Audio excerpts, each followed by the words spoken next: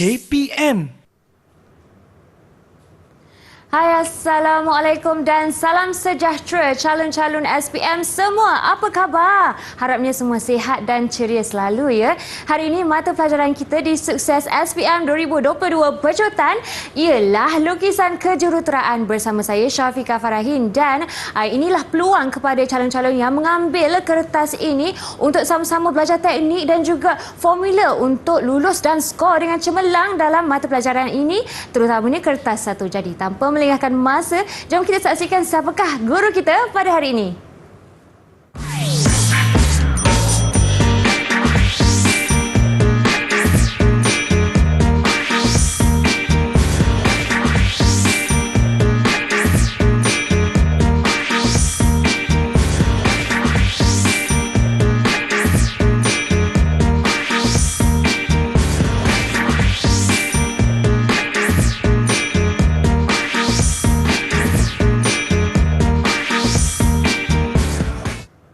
Baiklah, itu dia guru kita pada hari ini, iaitu Cikgu Nizam. Hai Cikgu. Hai. Assalamualaikum. Assalamualaikum. Cikgu sihat hari ini? Sihat, Alhamdulillah. Okey Cikgu, sebelum kita mulakan dan mengulang kaji berkenaan lukisan kejuruteraan kertas 1, ingin saya mempersilakan jurubahasa isyarat kita pada hari ini, iaitu Cikgu Nur Ilda Kamaruzaman dari IPG Kampus Ilmu Khas Kuala Lumpur. Hai Cikgu Ilda, sihat ke Cikgu? Baiklah, terima kasih kerana berada bersama kami pada hari ini. Cikgu Nizam, hari ini kita fokus kepada kertas 1. Ya, kita akan fokus dengan kertas 1. Kertas 1. Jadi apa yang penting perlu calon-calon kita yang mengambil kertas ini untuk beri fokus, Cikgu? Untuk nak beri fokus ataupun nak skor kertas 1, murid-murid perlu kuasai semua topik. Semua topik ya. Jadi calon-calon yang mengambil kertas ini, silakan untuk sediakan diri anda untuk sama-sama kita menulis nota apa yang nak disampaikan oleh Cikgu Nizam. Cikgu, silakan. Okey, terima kasih Fika. Okey, pada hari ini cikgu akan terangkan mengenai format-format lukisan kejuruteraan kertas 1 dan juga apa yang perlu kita fokus untuk kita nak skor kertas 1.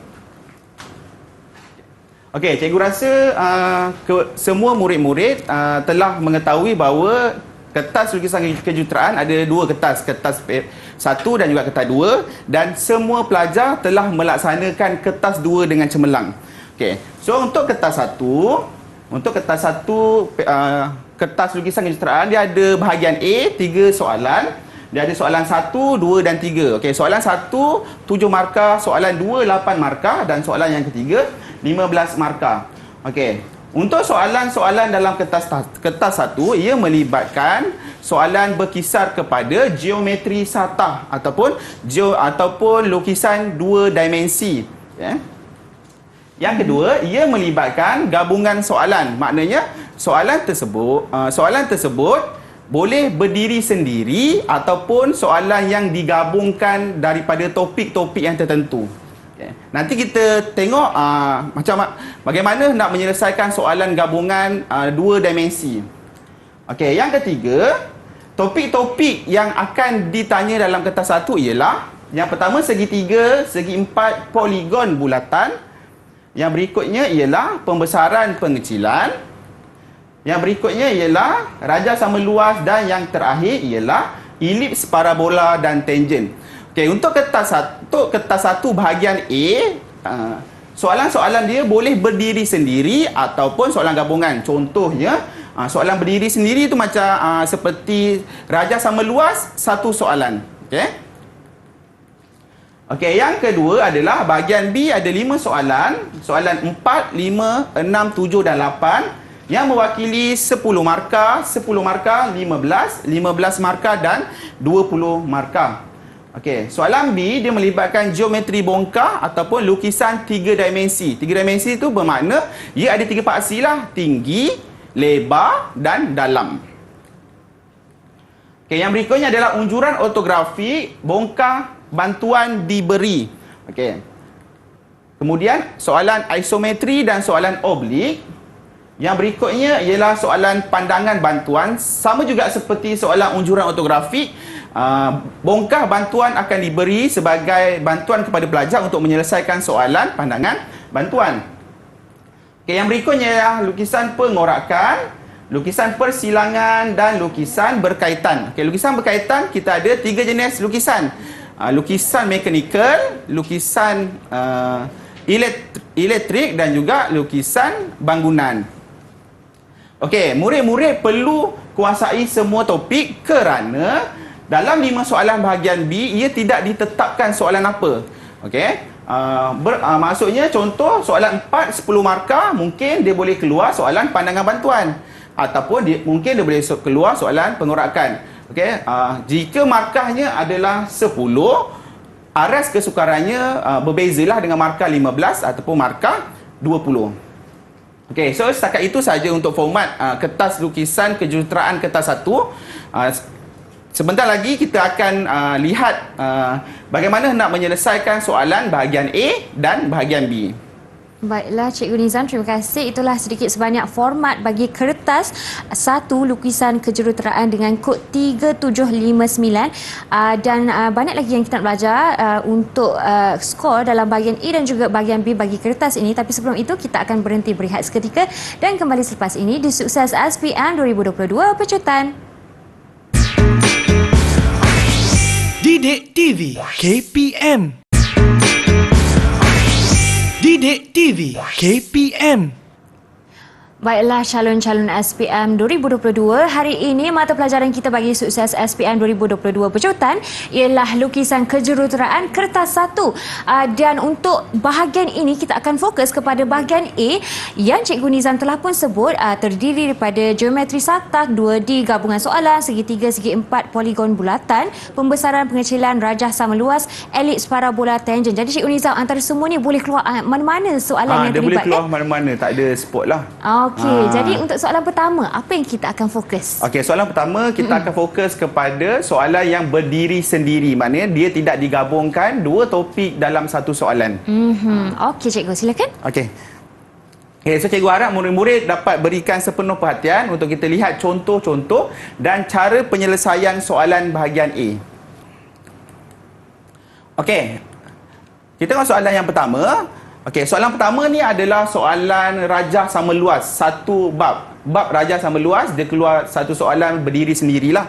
Okey, rajah menunjukkan segi empat ABCD. Okey, bina satu segi empat tepat dengan ketinggian 75 mm dan mempunyai luas yang sama dengan segi empat tersebut. Okey, untuk menyelesaikan soalan rajah sama luas, pelajar perlu mengingat murid-murid perlu mengingat perubahan bentuk daripada poligon pergi ke segitiga, daripada segitiga pergi ke segi empat, daripada segi empat dia boleh pecah kepada dua. Yang pertama, segi empat ke segi empat sama. Yang kedua, daripada segi empat tepat pergi ke segi empat tepat yang berbeza. Okay. So kita tengok kaedahnya. Okey, yang pertama adalah kita akan panjangkan tapak. Okey. Yang kedua, kita buat garisan selari daripada DB dan juga daripada A. Okey. So, dua garisan objek itu akan mati dan akan dapat satu garisan pengganti. Okey, sekarang segitiga kita dah dapat. Okey, sekarang kita dah dapat segitiga. So, perubahan bentuk berikutnya adalah daripada segitiga kepada segi empat tepat. Segi empat tepat, perubahan ini ada format ataupun ada formula yang murid-murid perlu ingat. Okey, yang pertama adalah tapak segi empat sama dengan tapak segitiga. Manakala tinggi segi empat adalah separuh daripada tinggi segitiga. Maksudnya adalah kita perlu bahagikan tinggi segitiga dahulu kepada dua bahagian. Kita akan buat garis renjang ataupun kita akan buat garis tengah lah. Okey, so kita dapat tinggi segitiga. Tinggi segitiga kita dah dapat. Yang kedua, kita perlu mencari tapak bagi segi empat tepat yang berikutnya lah. Formula dia tadi adalah tapak segitiga sama dengan tapak segi empat. So tapak segitiga tu kita bawa naik saja. Okey. So kita dapat segi empat kita. Okey, segi empat kita dah dapat. Okey, yang kedua, dia minta perubahan daripada segi empat tepat kepada segi empat tepat yang dinaikkan tinggi. Dia ibarat seperti belon. Kalau kita ada satu belon tu ada ketinggian dan tapak dia. Kemudian belon tu kita kompreskan dia. Rasa-rasa apa jadi kepada tapak dia, Fika? Dia akan ke bawah, cikgu. Dan lagi... maknanya belon bila kita kompres, tapak dia akan mengecil lah. Tapaknya betul, akan cikgu. berkurang.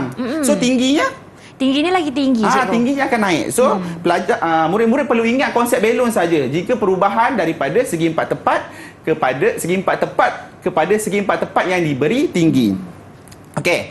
So cikgu akan naikkan tinggi. Okey. Ini juga formula yang perlu murid-murid ingat. Maksudnya tinggi baru tapak lama selari dengan tinggi lama tapak baru. Okey, yang atas tu adalah tinggi baru, jaraknya adalah 75 mm. Okey, kita dapatkan tapak lama, kemudian kita sambungkan tinggi baru tapak lama. Kita selarikan dengan tinggi lama tapak baru. Okey. So, yang itu tinggi lama, yang kat bawah tu adalah tapak baru. So kita dapat tapak, kita dapat tinggi, kita boleh buatlah segi empat tepat kita yang baru tu. Naikkan tapak dia, tinggi dia naikkan. Okey. So kita dapatlah tapak segi empat tepat yang baru dan juga tinggi. Okey, kalau Fika tengok, perubahannya adalah mula-mula segi empat tepat tu dia baring. Betul. Kemudian segi empat tepat tu dia berdiri pula kan? Dia berdiri pula. So itu adalah perubahan-perubahan yang perlu murid-murid kuasai. Okey, yang berikutnya kita akan tengok soalan yang kedua. Soalan yang kedua ini ialah soalan gabungan topik. Okey, yang pertama dia melibatkan topik heksagon dan juga dia melibatkan topik segitiga dan juga dia melibatkan topik pembesaran dan pengecilan. Dalam satu soalan ada 3 topik yang berbeza. Inilah tadi yang cikgu maksudkan soalan gabungan antara topik. Okay. Topik apa yang digabungkan itu terpulang kepada pembina soalan itulah. Kita sebagai murid-murid kena kuasai topik-topik dalam bahagian A. So, soalannya adalah Rajah 2 menunjukkan satu pencontoh A, B, C, D dan E. Lukis semula pencontoh itu mengikut skala saiz penuh kedudukan baru bulatan dan garisan AB adalah seperti yang ditunjukkan. Okey, soalan yang kedua, besarkan pencontoh mengikut nisbah 4:3. Okey. So, yang pertama sekali kita akan menyelesaikan soalan heksagon lah. Heksagon tu adalah daripada EABC, ia adalah separuh heksagon. Keseluruhan heksagon ada 6 sisi. So, konsep nak buat heksagon adalah dia akan membina segitiga sama sisi. So kita akan dapatkan pusat, kemudian kita akan buat bulatan. So bila kita buat bulatan, AB itu ialah sisi heksagon sekata. Maksud sekata ialah setiap sisinya sama. So kita dah dapat satu sisi, AB tu ialah sisi heksagon. So kita boleh dapat lagi sisi kiri dan sisi kanan dengan cara mengambil jarak dan pindahkan pada lilitan bulatan yang murid-murid bina. Okey, so kita dapat satu, kita dapat satu. So kita dah selesai melakukan heksagon sekata, separuh heksagon sekata. Yang kedua, kita akan menyelesaikan soalan segitiga. Soalan segitiga adalah daripada CDE. Okey, CDE. Apabila melibatkan segitiga, murid-murid perlu tahu bahawa itu adalah segitiga sudut puncak 90 darjah. Okey, so jika segitiga sudut puncak 90 darjah, bermakna segitiga tersebut perlu berada di dalam separuh bulatan. Okey, perlu berada dalam separuh bulatan. Untuk soalan ini, murid-murid tidak perlu buat bulatan baru kerana pusat bulatan itu dia sama dengan pusat bulatan heksagon. Okey, pusat bulatan segitiga sama dengan pusat bulatan heksagon.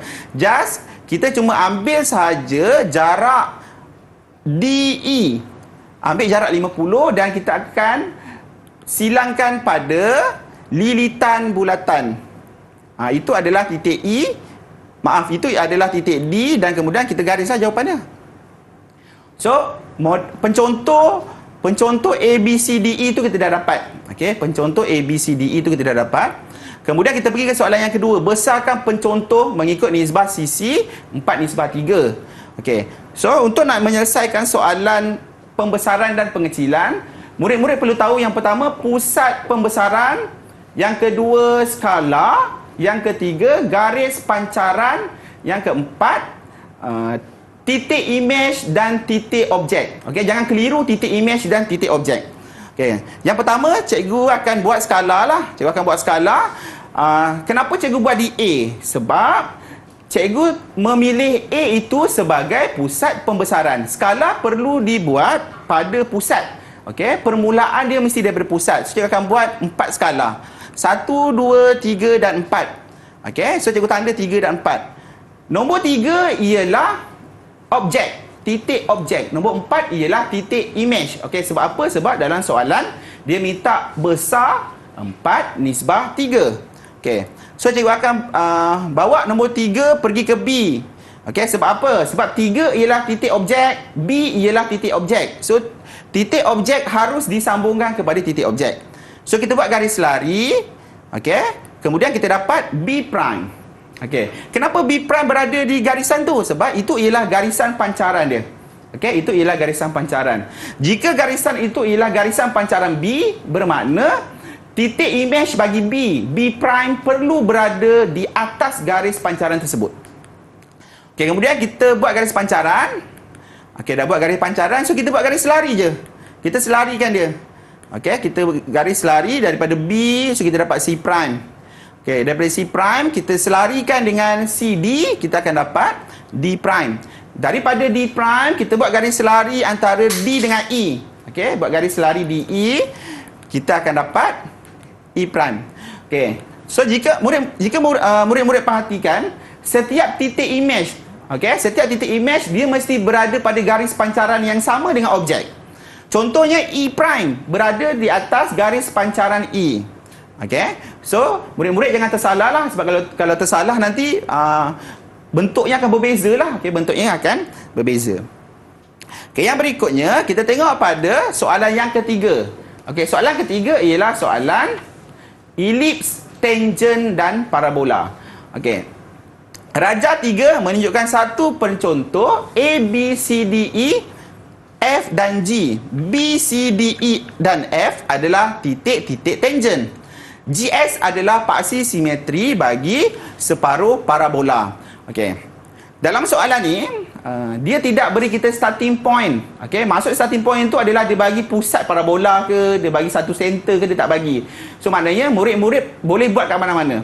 Tapi kebiasaannya cikgu nasihatkan murid-murid bila buat soalan tangent, elips ataupun parabola ni, kita mulakan dengan buat elips ataupun parabola dulu. So soalan ni dia bagi kita parabola kan. So bila nak buat parabola, kita kena tentukan di manakah titik vertex dia. Titik vertex tu ialah titik mercu. Dia tak bagi, tapi dia bagi ayat yang membolehkan murid-murid cari di manakah titik vertex tersebut. Okey, apa ayat dia? Ayatnya ialah GS. Okey, GS adalah paksi simetri bagi separuh bola. Okey. Titik yang kena pada simetri GS itu ialah titik vertex bagi parabola. So maknanya G itu ialah titik vertex bagi parabola. So parabola kita adalah berbentuk N. Okey, parabola bentuk N. Parabola ada 3 jenis. Satu bentuk N, bentuk U, bentuk C dan bentuk C terbalik. Okey. So kaedahnya adalah kita buat kotak parabola. Okey, daripada mercu kita bahagikan garisan daripada mercu kepada 4 bahagian. So kita buat garis ke bawah. Sama juga di garisan yang belah kiri kita akan bahagikan kepada 4 bahagian. So kalau kita bahagikan 4 bahagian, sisi yang bertentang dengan vertex harus pergi ke vertex. Okey. Sisi yang bertentang dengan vertex harus pergi ke vertex. Dia pergi ke vertex lah, dia pergi ke mercu. So kita akan dapat lengkung parabola. Mesti menyambungkan titik. Okey, mesti menyambungkan titik. Parabola di tengah-tengah lengkung lah. Tak kisah soalan tu adalah soalan unjuran ortografik. Janji murid-murid nak buat lengkung, di tengah mesti ada 3 titik. Okey, di tengah mesti ada 3 titik supaya lengkung yang kita dapat tu, kita dapat lengkung yang cantik, yang smooth. Okey.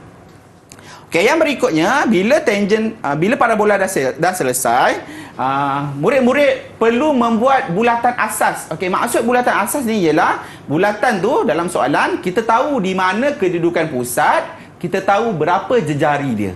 Okay. So dalam soalan ni kalau kita perhatikan, dia ada 3 jenis bulatan yang diketahui pusat, diketahui jejari. Bulatan pertama adalah bulatan J30, bulatan yang kedua adalah bulatan J20 dan bulatan yang ketiga adalah bulatan J25. So kita buat dulu bulatan asas tu. Okey. Murid-murid mesti terfikir, cikgu, macam mana kita tahu kedudukan dia? Dia ada bagi jarak tu. Dia ada bagi jarak-jarak tu kan. So kamu bermainlah, okey. Murid-murid perlu bermain dengan jarak tu. Daripada titik G pergi ke kanan 65, bawa ke bawah 55, dapat pusat J30. Murid-murid perlu tahu macam mana kita nak dapatkan center-center tersebut. Okey. So, sekarang 3 bulatan asas tu kita dah dapat. Barulah kita menyambungkan 3 bulatan asas itu menggunakan garisan bertangen ataupun menggunakan bulatan bertangen. Okey, perhatian kepada soalan. GE ialah garisan bertangen. So kita akan buat pusat ke pusat, kita sambung, kita cari center, kita buat semicircle. Buat semicircle, kemudian di bulatan yang besar kita akan buat bulatan ketiga, jaraknya adalah R besar tolak R kecil. Maknanya bulatan ketiga itu jaraknya adalah 10. Okey, so kita dapat titik X kat situ. Titik X ialah titik persilangan antara bulatan ketiga dengan semicircle. So kita buat garisan. So kita selarikan kiri dan kanan. So automatik kita dapat titik G. Kita dapat titik E, titik F dan titik G. Okey.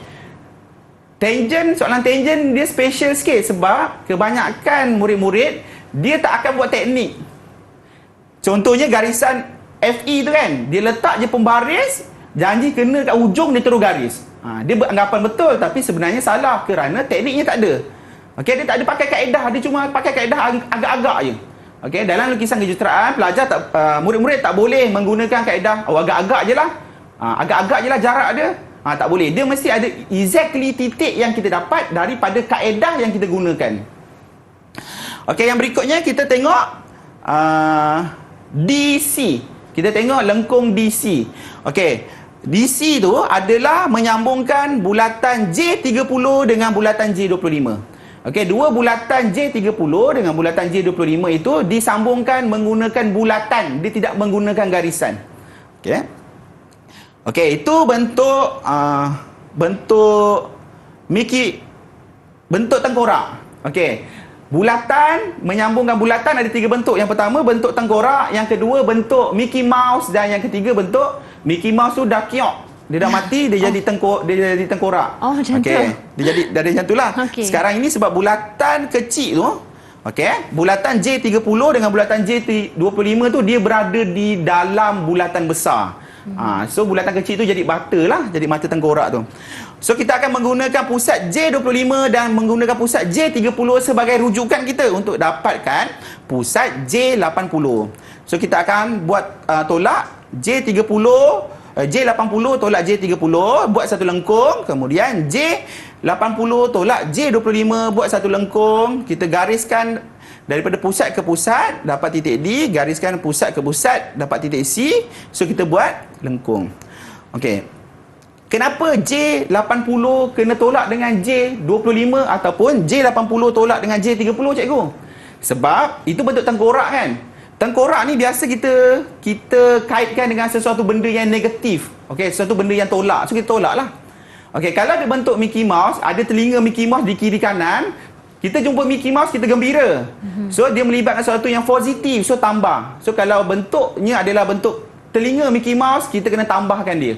Okey. Okey, kemudian kita buat JX. Okey, nak buat JX adalah, dia dah bagi titik B, jaraknya adalah 10. Okey, daripada A dengan B, kita buat garis renjang. Kemudian, daripada pusat J25, pergi ke titik B, gariskan sampai bersilang dengan garisan serenjang tersebut. Maknanya itu ialah center bagi JX. Okey, so kita buat JX. Okey, kita buat JX.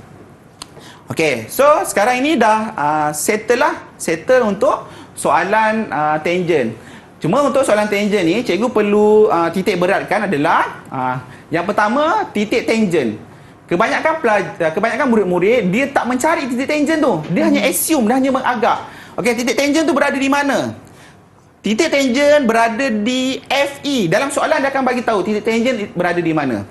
Kalau saya baca balik soalan, dia kata B, C, D, E, F. Ialah titik tangent. Maknanya itu adalah titik yang tak boleh diagak, mesti cari. Okey, kita tengok dahulu FE. Titik S dengan titik E, macam mana dia dapat ialah ada dua garisan selari tu. Dua garisan selari. Dia bukan letak pembaris terus garis, tak boleh macam tu. Manakala untuk titik D dan C, titik D dan C, macam mana dia dapat titik tangent tu? Kalau kita perhatikan, pusat J30 dan pusat O1 dia garis sampai hujung. Pusat O1 dengan pusat J25 dia garis sampai hujung. So dia dapat titik D, dia dapat titik C, dia buat lengkung. Itu adalah titik tangent yang perlu dicari. Okay, kebanyakan murid-murid, saya faham kebanyakan murid-murid ni kalau dia tak boleh nak faham soalan tangent ni kan, dia buat sama macam soalan. Memang daripada mata kita nampak samalah dengan jawapan, dengan soalan memang betul-betul sama. Bila saya tanda pun, bila letak jawapan memang sama dengan jawapan, dengan skema lah. Tapi semua garisan-garisan binaan tu semua tak ada. So memang dikira salah lah. Sebab dalam LK kaedah diutamakan. Okey, dapat jawapan pun tapi kaedah tak ada guna juga. Okey. Ya, cikgu. Okey, so itu saja untuk bahagian A. So saya harap murid-murid dapat kuasai topik-topik yang saya terangkan tadilah. Saya cuba untuk membantu murid-murid mendapatkan markah sebanyak mungkin. Sebenarnya bahagian A ni pelajar perlu skor. Sebab bahagian A ni dia tidak melibatkan kemahiran mengimajinasi. Okey, pelajar hanya perlu kuasai teknik sahaja dahulu. Okey. Janji teknik ada, boleh skor insya-Allah bahagian betul. A kan cikgu. Jadi saya petik kembali apa yang cikgu sebutkan, kalau melibatkan soalan elips parabola tangent perlu tentukan titik vertex. Dan kalau ada penggabungan ataupun pembesaran ataupun pengecilan perlu tentukan pusat, skala, garisan pancaran, titik image dan juga titik objek yang berbeza juga dengan titik image. Betul Fika. Juga calon perlu kuasai semua topik kerana terlibat juga gabungan soalan dan juga soalan sendiri kan cikgu? Okey, kita akan berhenti berehat seketika dan kembali selepas ini di Sukses SPM 2022 Pecutan. Didik TV KPM. Didik TV KPM. Baiklah calon-calon SPM semua, jom kita masuk ke kelas hari ini. Mata pelajaran kita lukisan kejuruteraan bagi kertas 1 dan kita fokus kepada bahagian B pula dalam segmen ini. Dan Cikgu Nizam untuk bahagian B mempunyai pelbagai aras kesukaran kan Cikgu? Ya, betul. Soalan B ni kebanyakannya adalah soalan pelajar perlu mengimajinasi sedikit lah. Okey Cikgu. Jom kita berimajinasi Cikgu. Okey, so sekarang saya akan terangkan soalan-soalan bahagian B. Okey, soalan bahagian B. Untuk pengetahuan murid-murid, bahagian B ni dia ada 5 soalan. Okey, ada soalan yang diberi bongkah bantuan, ada soalan yang tidak diberi bongkah bantuan. Okey. Okey, so contoh soalan yang keempat ni adalah soalan pandangan bantuan. Okey.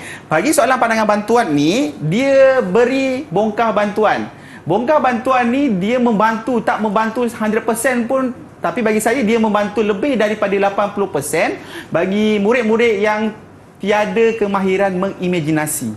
Okey. So kita tengok bagaimana nak menyelesaikan soalan pandangan bantuan. Okey, Raja 4 menunjukkan 2 pandangan ortografik bagi satu objek. Unjurkan pandangan tambahan pada sata X1, Y1, butiran terlindung tidak perlu dilukis. Okey, X1, Y1 adalah garisan panduan kita lah. Okey, garisan panduan. So, bagi pandangan bantuan dia ada 3 jenis. Pandangan bantuan ketinggian, kelebaran dan juga kedalaman. Okey. Untuk soalan ini adalah soalan pandangan bantuan kedalaman lah. Kita akan pindahkan dalam nanti. So pelajar perlu ingat murid-murid perlu ingat jika nak selesaikan soalan pandangan bantuan ni tak boleh salah pindah ukuran lebar, tinggi ataupun kedalaman. Okey. Okey, step yang pertama adalah kita unjurkan semua bucu pada pandangan hadapan pergi ke satah rujukan X1, Y1. Okey. Yang kedua, kita akan tandakan kedalaman. Okey, tandakan kedalaman. So bila kita tandakan kedalaman, setiap bucu tu kita perlu tandakan kedalaman dia lah. So keseluruhannya dia ada 5 kedalaman. So kita pindahkan 5 kedalaman tu kepada unjuran yang kita buat pada satah rujukan tersebut. Kita garis.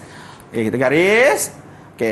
Okey, di sini ialah konsep sahaja. Okey, di sini ialah konsep yang murid-murid tak boleh salah.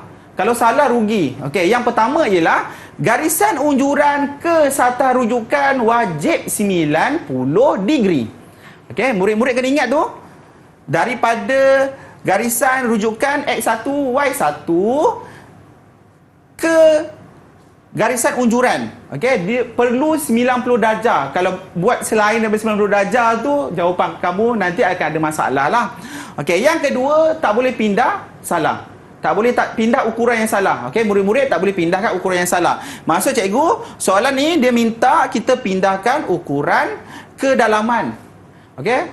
Jangan pindahkan ukuran ketinggian pula.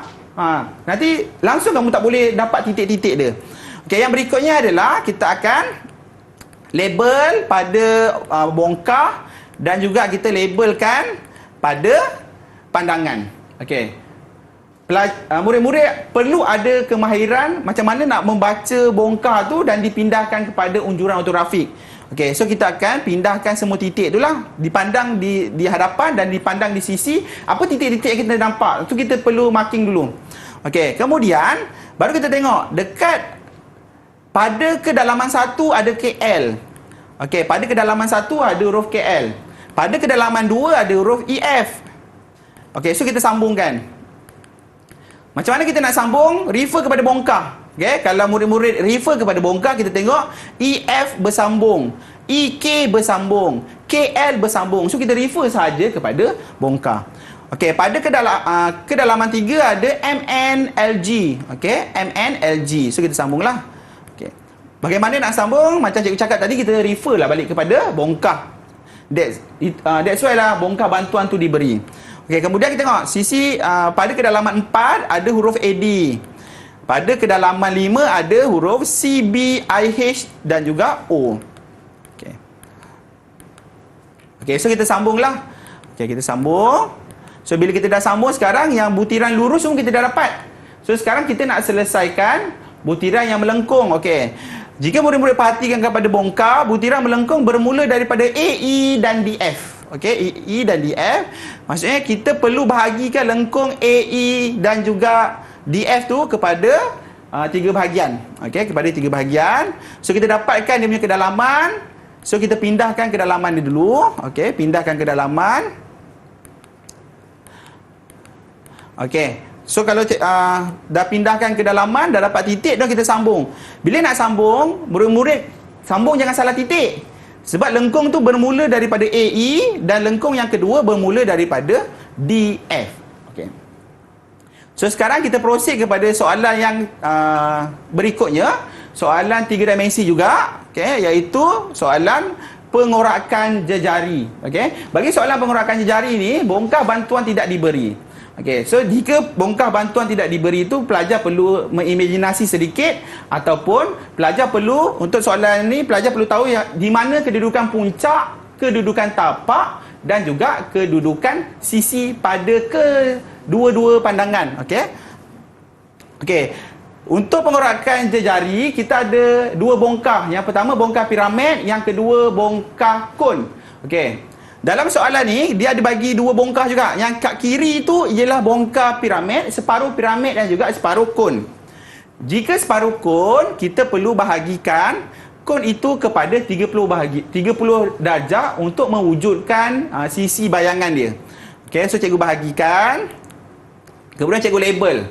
Okey, cikgu akan label daripada K ke kiri sebab kita nak buat pengorakan dalam. Kita nak nampak bahagian dalam. Kita bukan nak nampak bahagian di luar. Okey, kita buat pengorakan dalam. So, label mesti daripada K, 1, 2. Okey, kenapa 1 dengan 2? Okey, sebab 1, 2 tu ialah bentuk kon. Okey. Lepas tu 3, 4. Untuk bentuk piramid, kita perlu marking pada setiap bucu lah.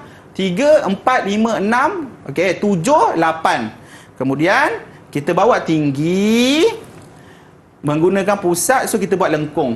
Okey, Kita akan buat lengkung. So, kita akan marking lah. Pindahkan lebar K ke 1, 1, 2, 3, 4, 5, 6, 7 dan kembali kepada K. Okey, so kita gariskan sampai ke puncak. Okey. Ini ialah rangka asas yang murid-murid perlu buat dahulu. Okey, daripada rangka asas ni nanti baru kita potong di mana puncak, kita potong tapak. Okey, tapi basicnya adalah murid-murid kena tahu dulu rangka asas ni. Okey, buat rangka asas ni dahulu. Okey, so bila dah buat rangka asas ni, barulah kita tengok penggunaan tapak, penggunaan sisi. Okey, kita tengok penggunaan tapak dulu. Daripada soalan kita tengok tapak dia guna daripada nombor 3 ke 4, 4 ke 5, 5 ke 6. Okey, itu untuk bentuk piramid lah. Okey, so kalau kita tengok dia pakai tapak. Okey, ni sisi dulu. Dia pakai tapak daripada 3 ke 4, kita garis. Lepas tu dia pakai tapak daripada 4 ke 5, kita garis. Kemudian kita pakai tapak 5 ke 6. Okey, so sisi pula. Okey, sisi kalau kita tengok, sisi daripada nombor 3 dia pakai daripada tapak sampai ke puncak. So kita gariskan jawapan daripada tapak nombor 3 hingga ke puncak. Lepas tu sisi nombor 5 dia pakai juga daripada tapak naik ke puncak. Lepas tu sisi nombor 6 pun sama. Dia guna daripada tapak dia naik hingga ke puncak. Okey. Lepas tu kita tengok balik. Bagi bentuk kon pula, okey, bagi bentuk kon, kalau kamu perhatikan dia still guna tapak, okey, murid-murid, dia still lagi guna tapak daripada 3 pergi ke A. Yang dekat atas tu dia guna tapak daripada 6 pergi ke C. So pindahkan jarak lebar 6C dan 3A pada jawapan kamu. Okey, pindahkan tapak daripada 6C dan juga 3A. So pindahlah. Bila cikgu pindah, cikgu lukis je lengkung dia. Cikgu lukis lengkung daripada A pergi ke 3, daripada 6 pergi ke C. Okay, kenapa lengkung tu perlu wujud? Sebab refer balik kepada pandangan atas. Daripada pandangan atas tu, tapak dia guna 6C. Dia guna juga tapak 3A. Okay, that's why lah lengkung tu kita kena melalui daripada 6 pergi ke C. Okay, so bahagian tapak settle. Okay, bahagian tapak dah selesai. So sekarang kita tengok pula bagaimanakah nak mendapatkan bahagian sisi bayangan bagi bongkah kon. Okey, bongkah kon tu kalau murid-murid perhatikan, sisi bayangannya adalah daripada 1, 2, 7 dan 8. Okey, 1, 2, 7 dan 8. So dia mudah aja. Okey, kenapa cikgu cakap mudah? Sekarang kita tengok. Okey, yang ini dia buat bongkar piramid dahulu. Okey, dia buat bongkar piramid. Okey, kemudian kita tengok pula macam dia buat bongkar piramid nombor 4. Okey, perhatikan yang nombor 4 tu. Nombor 4 tu dia guna sisi daripada tapak 4 naik sikit. Lepas tu dia tak guna.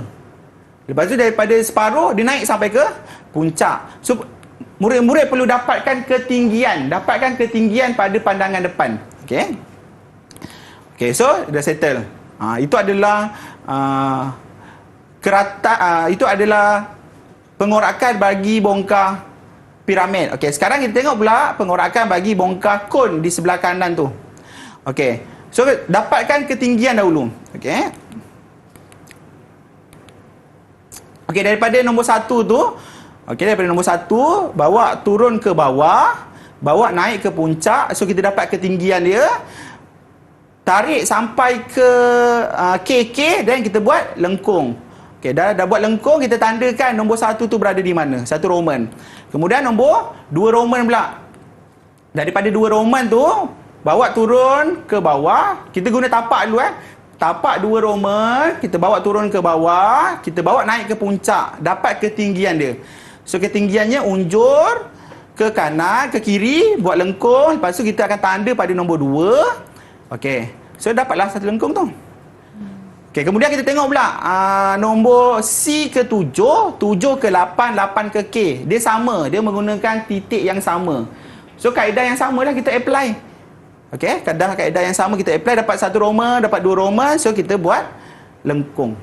Okey. So selesai untuk pengorakan jejari. Okey.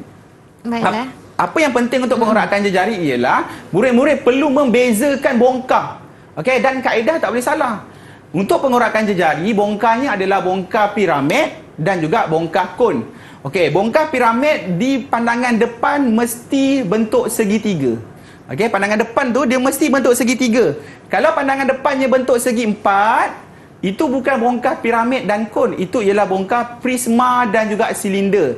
Okey, so kaedahnya dah berbeza. Tak boleh pakai kaedah selari ni. Okey, kalau pakai kaedah selari, kita tak dapat center tu kat mana untuk kita buat lengkung. Okey. So yang pertama, kaedah tak boleh salah, okey. Yang kedua, pindah lebar. Okey, pindah lebar. Pindah lebar ni kalau tanya pendapat cikgu lebih suka guna ambil satu lebar. Cikgu tak guna one for all. Cikgu tak guna satu lebar untuk banyak tempat cikgu tanda. Setiap satu tempat cikgu tanda. Ambil ukuran satu tempat, cikgu tanda. Ambil ukuran satu tempat, cikgu tanda. Cikgu tak ambil satu, cikgu tanda 1, 2, 3. Sebab dekat setiap kamu tanda tu agak ada error dia lah. Okey. So cikgu rasa itu maklumat-maklumat yang penting untuk menyelesaikan soalan pengorakan jejari. Jadi sedikit berbeza ya soalan ni dengan soalan sebelumnya kerana arah kesukarannya melibatkan tiada bongkah bantuan. Betul. Dan yang penting Cikgu Nizam sebutkan tadi perlu ada dan tentukan kedudukan puncak, tapak dan juga sisi dan kena ada rangka asas kan Cikgu? Betul. Okey, murid-murid semua. Okey ke? Setakat ini kalau tertinggal boleh sahaja layari laman sesawan kita YouTube di Didik TV KPM untuk mengikuti kembali segmen kali ini. Tapi sebelum kita teruskan, kita akan berhenti berehat seketika dan kembali selepas ini. Didik TV KPM. Didik TV KPM. Anda masih lagi bersama kami di Sukses SPM 2022 bagi pecutan, dan hari ini kita bersama Cikgu Nizam untuk mengajar dan mengulang kaji bagi mata pelajaran lukisan kejuruteraan. Jadi Cikgu, tanpa melengahkan masa, jom kita teruskan dengan panduan umum Cikgu. Okey, cikgu akan terangkan kepada murid-murid tentang panduan umum bagaimana kita hendak bersedia menghadapi ujian SPM 2022. Okey. Yang pertama adalah pastikan pensel sentiasa tajam. So sebelum sebelum ujian tu bolehlah lakukan apa yang patut. Okey, yang kedua, bezakan garisan binaan dan garisan objek. Okay, yang ini kebanyakan murid-murid memang dia tak kisah. Kadang bila dah kelang kabut sangat, dia buat semua je binaan. Padahal jawapan tu, murid-murid tu dah dapat dah. Dia dah dapat jawapan. Tapi cuma dia tak pekatkan. Tak salah untuk menggunakan satu pensel bila kita buat LK. Tak salah. Tapi bagaimana kita kontrol pensel kita tu untuk mendapatkan garisan yang pekat dengan garisan yang cair. Okay, sebab kita tahu beza antara garisan binaan dan garisan objek ialah garisan binaan tu garisannya lebih cair berbanding dengan garisan objek. Okey, yang berikutnya ialah semak kedudukan kertas soalan dengan papan lukisan. Okey, semak kedudukan kertas soalan dengan papan lukisan. Bukan semak sekali, tapi semaklah berkali-kali. Okey. Katakan kamu sebelum kamu buat tu kamu dah ukur, dah semaklah atas, bawah. Dia sama tak dengan garisan kertas soalan kamu? So bila dah tengah-tengah kamu buat tu kan, tolong semak sekali lagi. Saya rasa tak ambil masa yang lama. Okey, murid-murid boleh gerakkan kamu punya T-square tu ke atas, gerakkan T-square kamu ke bawah, tengok sama. Dia align tak dengan garisan kertas soalan kamu? Okey, memang sangat bahaya kalau kertas soalan sengit. Okey, kertas soalan sengit, jawapan pun sengit. Okey, so bila jawapan sengit nanti akan efek kepada pemakahan nantilah. Okey. So pastikan janganlah kamu cek sekali. Kalau boleh murid-murid ceklah. Tengah-tengah buat tu cek sekali, lepas tu dah hujung tu cek sekali lagi. Okey. Yang berikutnya, alatan melukis perlu berada dalam keadaan baik, terutama jangka lukis. Okey, jangka lukis jangan ketat sangat, jangan longgar sangat. So bila longgar, kamu dah ambil satu jarak, kamu bawa dia nak pergi ke jawapan, dia dah terbesar atau terkecil. Dah salah. Dah rugi dah kat situ sebenarnya. Walaupun konsep semua kamu kuasai, tapi sebab kamu bawa jangka lukis kamu ke jawapan kamu tu, kamu dah terkepakkan dia ke, dah terkencitkan dia kan. So, rugilah kat situ. Okey, yang berikutnya ialah jaga ketepatan. Okey, jaga ketepatan. Dalam lukisan kejuruteraan, top priority kita ialah ketepatan. Itu adalah top priority kita. So, utamakan ketepatan. Okey, yang berikutnya adalah kuasai teori setiap topik. Bagi saya sebenarnya lukisan kejahteraan ni senang sangat kita nak dapat A. Kita kuasai topik, kita buat sehabis baik dengan kertas 2 kerja khusus, insya-Allah kita boleh kuasai topik. Dan yang terakhir adalah usaha, doa dan tawakal. Kamu doa, kamu tawakal tanpa usaha, ibarat kamu tanam pokok, kamu tak bagi dia air. Okey? Hasilnya memang tak akan wujud. Okey? So kena ada usaha. Usaha tu gandakan usaha kamu. Selagi kita tak sit untuk ujian, selagi itulah kamu buat latihan. Okey? Okey Nisa. Ya cikgu, sebenarnya dalam ruang pentaksiran ni mungkin kita akan fikir ada sedikit mungkin gementar. Jadi Ya, waktu itulah kita akan fikir sebenarnya patutnya buat latihan lebih banyak kan cikgu? Betul. Barulah ingat. Okey, terima kasih Cikgu Nizam kerana berkongsi ilmu dan juga tips untuk skor dan lulus dalam SPM, dan kepada anda semua yang akan menduduki pentaksiran lukisan kejuruteraan bagi kertas 1, saya doakan anda dan harapkan anda semoga cemerlang dalam kertas nanti. Dan kepada anda jangan lupa pesanan dan juga tips yang diberikan oleh Cikgu Nizam sebentar tadi. Setakat ini sahaja kita punya rancangan. Cikgu Nizam, terima kasih sekali lagi. Tidak lupa kepada jurubahasa kita iaitu Cikgu Nuril Ildah Kamarul Zaman. Terima kasih kerana menjadi jurubahasa isyarat kita pada hari ini. Saya Syafiqah Farahin, sehingga kita berjumpa lagi. Assalamualaikum dan salam sejahtera. Bye.